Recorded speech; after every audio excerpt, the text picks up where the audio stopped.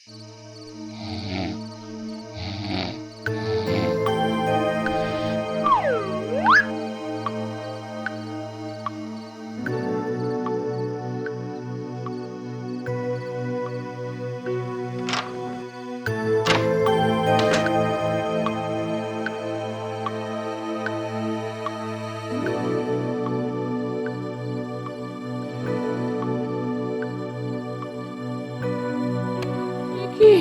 রাত দুপুরে মানুষটা আবার কোথায় গেল? হ্যাঁ, কোথায় গেল? না না, দাওয়া উঠোন কোথাও নেই, তাহলে গেল কোথায়?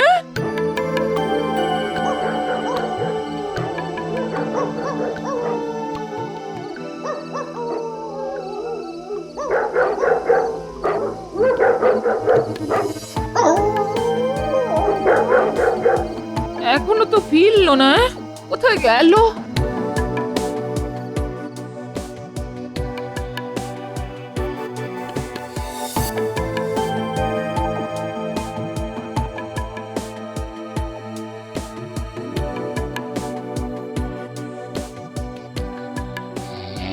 আবার কিরকম ম্যাডাম? ঘুমের মধ্যে চোখ বন্ধ করে রাস্তা থেকে ঘুরে এলো। যাক বাবা, রাতের বেলা এসব নিয়ে আর চেঁচামেচি করে লাভ নেই, যা হবার কাল সকালেই হবে। বাবা,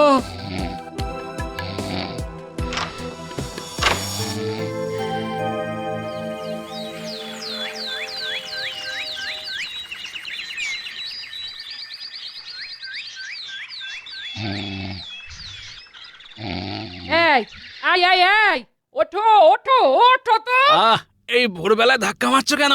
শিগগির ওঠো, তোমার সঙ্গে আমার কথা আছে, ওঠো। ধুত্তেরি, ভোরবেলায় ঘুম ভাঙিয়ে বলছে কথা আছে। বলো কি কথা? বলি কাল রাতের বেলা ঘরের দরজা খুলে কোথায় গিয়েছিলে? রাতের বেলা ঘরের দরজা খুলে? এইসব কি বলছো বলো তো তুমি? তোমার কি মাথা খারাপ হয়ে গেছে? কাল রাতে ঘরের বাইরে যাওনি? না, যাইনি। তাহলে তোমার পায়ে কাদা এলো কি করে? এই দেখো দেখো দেখো দেখো, নিজের চোখে দেখো। তাই তো, পায়ে কাদা এলো কি করে? প্রতিদিনকার মতো কালও তো পা ধুয়ে শুয়েছিলাম। তাহলে তুমি বলো, বাইরে যদি না যাবে তাহলে পা ভর্তি কাদা কেন? তাই তো, পা ভর্তি কাদা কেন? সে তো তুমি বলবে। কোথা থেকে পা ভর্তি কাদা নিয়ে এলে?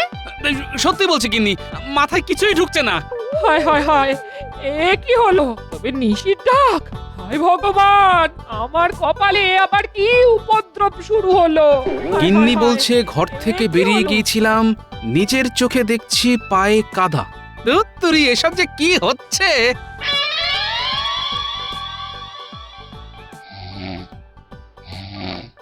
কি হলো গোপাল? রাজসভায় বসে তুমি ঢুলছো কেন? শরীর খারাপ নাকি? গোপাল, কিছু বলছেন মহারাজ? বলছি রাজসভার মধ্যে বসে বসে ঢুলছো কেন? শরীর খারাপ নাকি?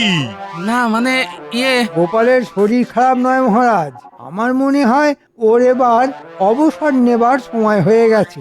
আসলে মেঘে মেঘে বয়স তো কম হলো না। মেঘে মেঘে বয়স বাড়ে আর বাড়ে বেলা, গোপাল এবার ছুটি নেবে, কাটিয়ে সব খেলা।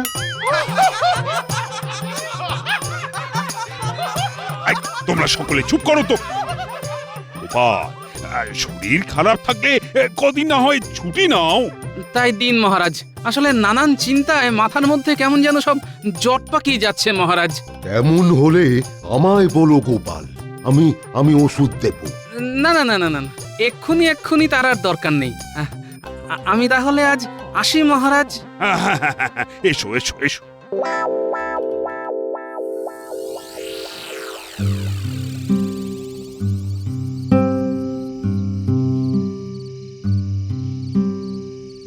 আরে এত রাতে গোপাল দাদা এখানে কেন? হয়তো মহারাজের কাছে কোনো গোপন কাজ আছে। ঠিক বলেছিস, তাহলে আর কথা না বাড়িয়ে যেতে দে।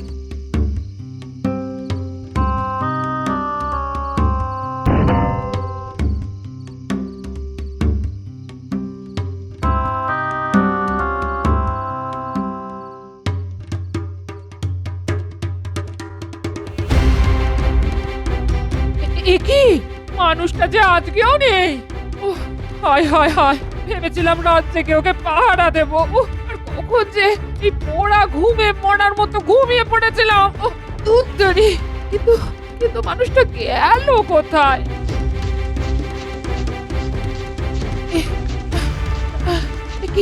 কি যত দূর চোখ যাচ্ছে কোথাও তো দেখতে পাচ্ছি না তাহলে কি একবার পুটিদের বাড়ি যাবো এই বলি পুটির মা ও পুটির মা পুটির মা এ কি দিদি এত রাতে তুমি কোনো বিপদ আপদ হয়েছে নাকি? হ্যাঁ, খুব বিপদ ভাই খুব বিপদ বলি ভেতরে চলো সব বলছি সব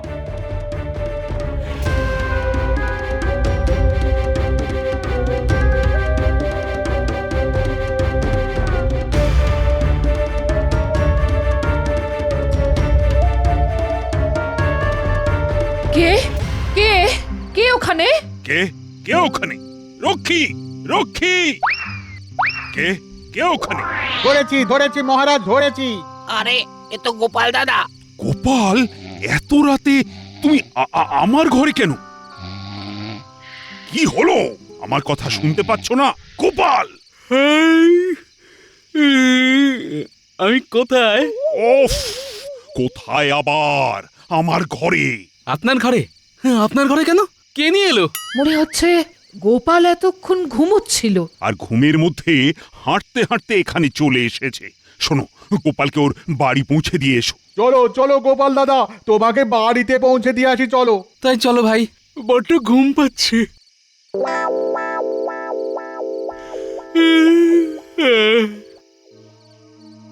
গোপালের এ কি হলো বলুন তো হ্যাঁ, এটা এক ধরনের রোগ, ঘুমের মধ্যে হেঁটে বেড়ানো। তাহলে কি হবে কি আর হবে, রাজবৈদ্যকে বলে খুব ভালো করে চিকিৎসা করাতে হবে, না হলে কিন্তু খুব বিপদ। বলি রাত দুপুরে কোথায় গেল বলো তো মানুষটা এত দুশ্চিন্তা করো না তো, পুটির বাবা তো খুঁজতে গেছে, দেখো এক্ষুনি গোপাল দাদাকে নিয়ে ফিরে আসবে। কি গো, পেলে? না গো, সেই বুড়ো বটতলা অব্দি দেখেলাম, কিন্তু পেলাম না। হায় হায় হায় কোথায় গেল তাহলে? কাল তবু বাড়ি ফিরে এসেছিল, আজ তো ফিরেও এলো না, তাহলে কি নিশি ডেকে নিয়ে গেল? কেঁদো না গো দিদি, কেঁদো না, সকাল হলেই আমরা সকলে মিলে মহারাজের কাছে যাব। হায় হায় হায়, এ কি তোমরা কোথায় পেলে কে? ঘুমের মধ্যে হাঁটতে হাঁটতে গোপাল দাদা রাজবাড়িতে চলে গিয়ে সোজা মহারাজের ঘরের মধ্যে ঢুকে পড়েছিল। মা, এ কি সর্বনেশে কথা গো? হ্যাঁ গা, এ কি করছো তুমি? আমি কিছু জানি না, খুব ঘুম পাচ্ছে, আমি এখন ঘুমোবো। যাও দিদি, গোপাল দাদাকে নিয়ে গিয়ে শুইয়ে দাও। এত এত চিন্তা হচ্ছে না? অমন সুস্থ সবল হাসি খুশি মানুষটার কি যে হলো? এই জন্যই বলে মহারাজ, চিরকাল কাহারও সমান নাহি যায়। এই, তুমি চুপ করো তো মন্ত্রী, আমি মরছি গোপালের চিন্তায়, আর তুমি কি না কথার মধ্যে ফুট কাটছো? এই যে গোপালকে কেমন দেখেলে রাজবৈদ্য? তেমন ভয়ের কোনো কারণ নেই মহারাজ। কি বলছো কি রাজবৈদ্য? ভয়ের কারণ নেই? গোপাল তো ঘুমের মধ্যে হাঁটছে, কাল মহারাজের শোবার ঘরে অবধি ঢুকে পড়েছিল, এর পরেও বলছো ভয়ের কারণ নেই? না, নেই মহারাজ। কিছু কিছু মানুষের ওই ভেতরে মাঝে মধ্যে এই রকম উপসর্গ দেখা যায়, তবে চিকিৎসায় ভালো হয়ে যায়। ও, গোপাল তাহলে ভালো হয়ে যাবে বলছো? অবশ্যই হবে মহারাজ, আমি ওষুধ দিয়ে এসেছি, কটা দিন যাক, একটু ওই বিশ্রাম নিক, তারপর দেখাই যাক না কি হয় না হয়। হ্যাঁ বাবা, ভালো হলেই ভালো হয়। গোপাল হাঁটছে ঘুমের মধ্যে, ভাবতে কেমন লাগে। গোপাল যদি সুস্থ না হয় তাহলে রাজসভার কি হবে? একেবারে ঠিক কথা বলেছ সভাকবি। গোপাল সুস্থ না হলে তো রাজসভার একেবারে 12টা বেজে যাবে। আপনি এত চিন্তা করবেন না মহারাজ, ব্যারামের কারণে গোপাল না এলেও রাজসভা ঠিক চলে যাবে। আরে বাবা, আমি আছি কি করতে? হ্যাঁ, তুমি যে কি করতে আছো সেটা আমি যে এখনো বুঝে উঠতে পারিনি। কিছু বললেন মহারাজ?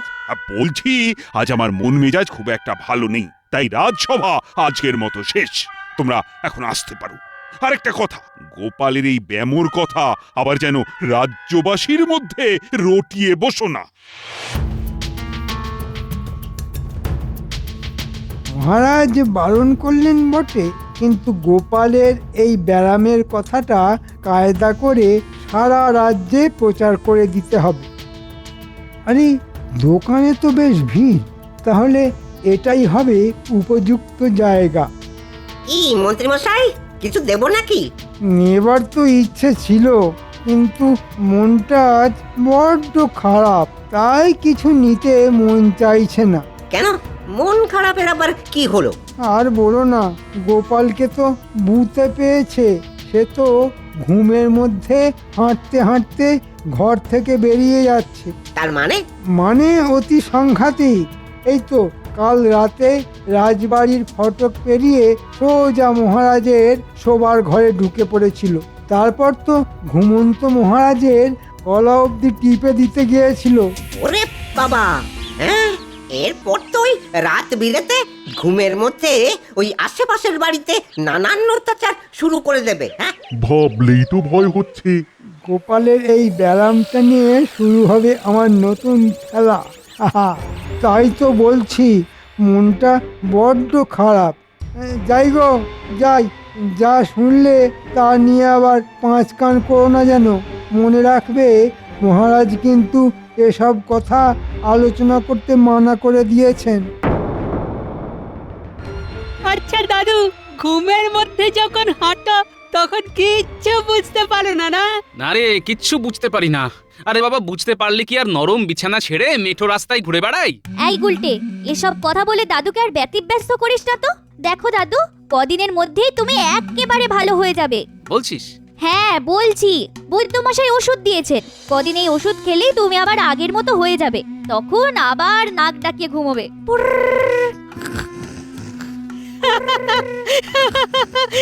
বাবা পুঁটি, কি দারুণ নাক ডাকতে পারিস রে তুই।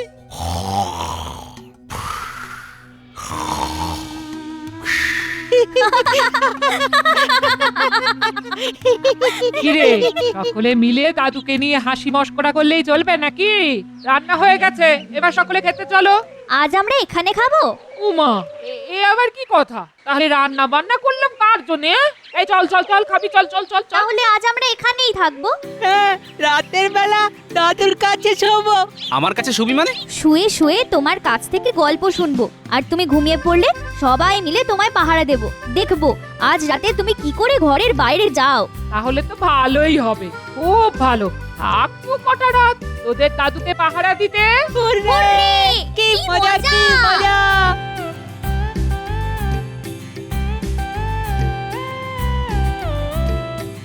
আহা আহা, কি আনন্দ, কি আনন্দ! তা এত আনন্দের কি হলো গো? আনন্দ হবে না? হ্যাঁ, ওদিকের খবর শুনেছো? কি খবর গো? গোপাল তো ঘুমের মধ্যে হাঁটতে চলতে শুরু করে দিয়েছে।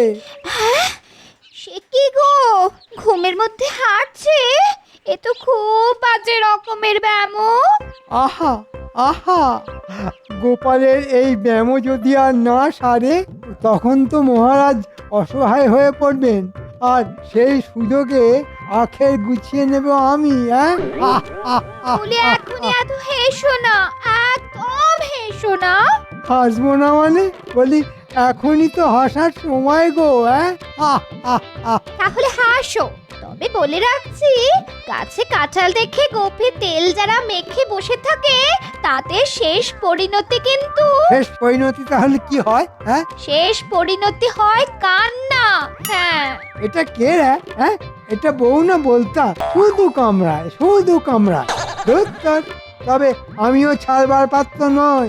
এমন ফোন দিয়ে আঁটবো না, গোপালকে একেবারে কৃষ্ণনগর ছাড়া করে ছাড়বো। শুধু রাতটা আসতে দাও।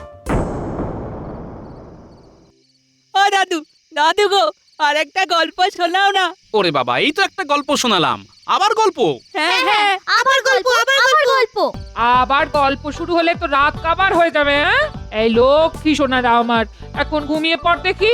কাল সকালে না হয় আবার একটা মজার গল্প শোনাবে তোদের দাদু। সত্যি তো? সত্যি সত্যি সত্যি, তিন সত্যি। হ্যাঁ চল তাহলে ঘুমিয়ে পড়ি।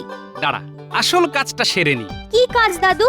এই দেখ, দড়িটার এক প্রান্ত আমি নিজের ডান পায়ের সাথে বেঁধে নিলাম, আর অন্য প্রান্ত বেঁধে দিলাম তোর ডান পায়ের সাথে। এটা করে কি হবে দাদু? বুঝতে পারলি না? যদি তোরা সকলে ঘুমিয়ে পড়িস, আর আমি যদি গত কদিনের মতো ঘরের দরজা খুলে বাইরে বেরিয়ে যেতে চাই। বুঝতে পেরেছি। অমনি তোমার পায়ে বাঁধা দড়ির টান পড়বে আমার পায়ে, আর আমি অমনি খপাত করে চেপে ধরবি আমায়। কিরে, বুদ্ধিটা কেমন? এই না হলে গোপাল দাদু। আয় তাহলে সকলে মিলে নিদ্রা দেবীর আরাধনা করি। বালতির এই ময়লাগুলো আজ রাতে আশেপাশের বাড়িগুলোর দোরগোড়ায় ঢেলে দেব। হ্যাঁ, কাল সকালে তাহলে একেবারে হইচই পড়ে যাবে। সকলে ভাববে ঘুমের মধ্যে গোপালই এসব করেছে। তারপর ওদের উস্কে দেওয়ার জন্য তো আমি আছি। হ্যাঁ, যা জমবে না ব্যাপারটা।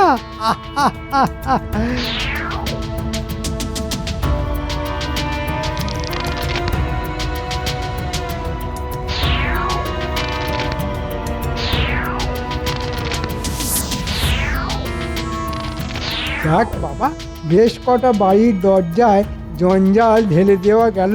এখন কি করি, এখন কি করি, আবার কি করি? বাহ, কি সুন্দর ফুলের বাগান।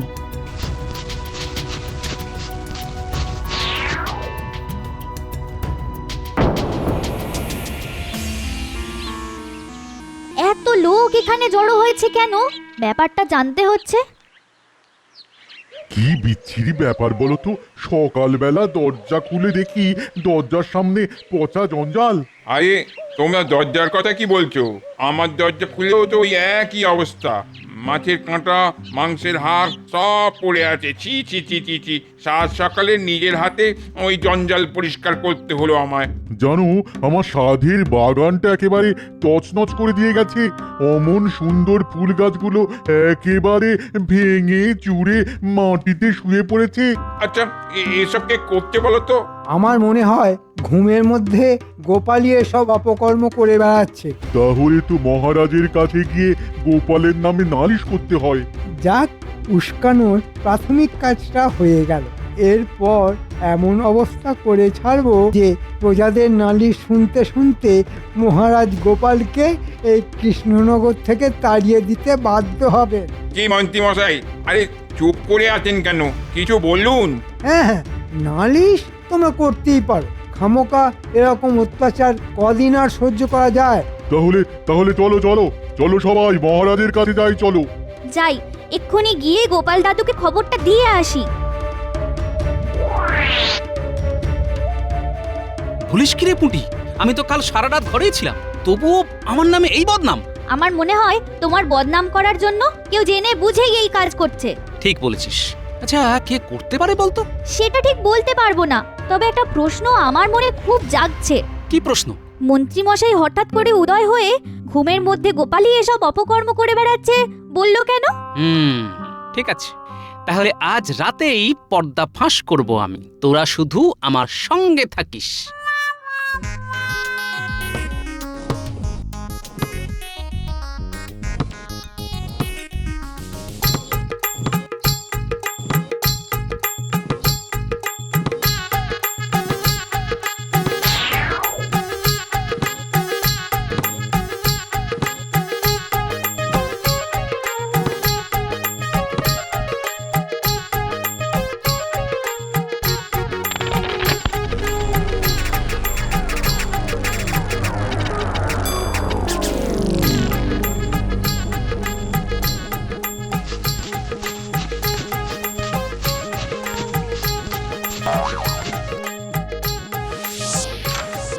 সকালে লোকেদের কাছ থেকে নালিশ শুনে মহারাজ খুব বিরক্ত হয়েছেন।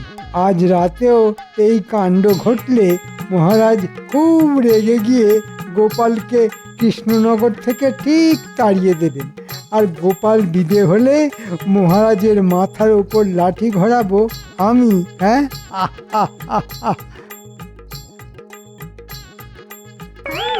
আরে আরে আরে কে আছো? বাঁচাও, বাঁচাও, আমি গর্তে পড়ে গেছি, বাঁচাও, বাঁচাও। বাঁচার তো পথ নেই, জম যে সম্মুখে দাঁড়িয়ে আছে।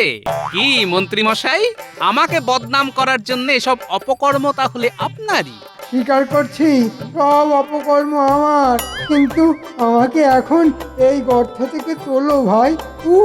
ওরে বাবা রে, পায়ে যে খুব লেগেছে। ওরে বাবা রে। এত তাড়াতাড়ি আপনাকে ছেড়ে দেবো? কিরে তোরা কি বলিস? মোটেই না। কাল ভোর হতেই সকলকে ডেকে এনে দেখাবো। হ্যাঁ, হ্যাঁ। দেখো দেখো দেখো, সকলকে ধোঁকা দেবার জন্যে আবার আবার গোপাল দাদার মতো সাজা হয়েছে। কিন্তু বেটা চামচিকেটা জানে না এরকম ফুটকো চেহারা নিয়ে গোপাল ভাঁড় হওয়া যায় না। মার মার মার মার বেটাকে মার, ঢিল মার ঢিল মার। ওরে বাবা রে, ওরে আর মারিস নি রে বাবা, আর মারলে আমি যে অক্কা হয়ে যাব। মহারাজ, ও মহারাজ, কোথায় আপনি? আপনি এসে আমায় বাঁচান মহারাজ, বাঁচান। তোমাকে বাঁচাতে আমার বই গেছে। তুমি যেমন শয়তান, তেমন উপযুক্ত তোমার শাস্তি হচ্ছে। কি বলো গোপাল? সে আর বলতে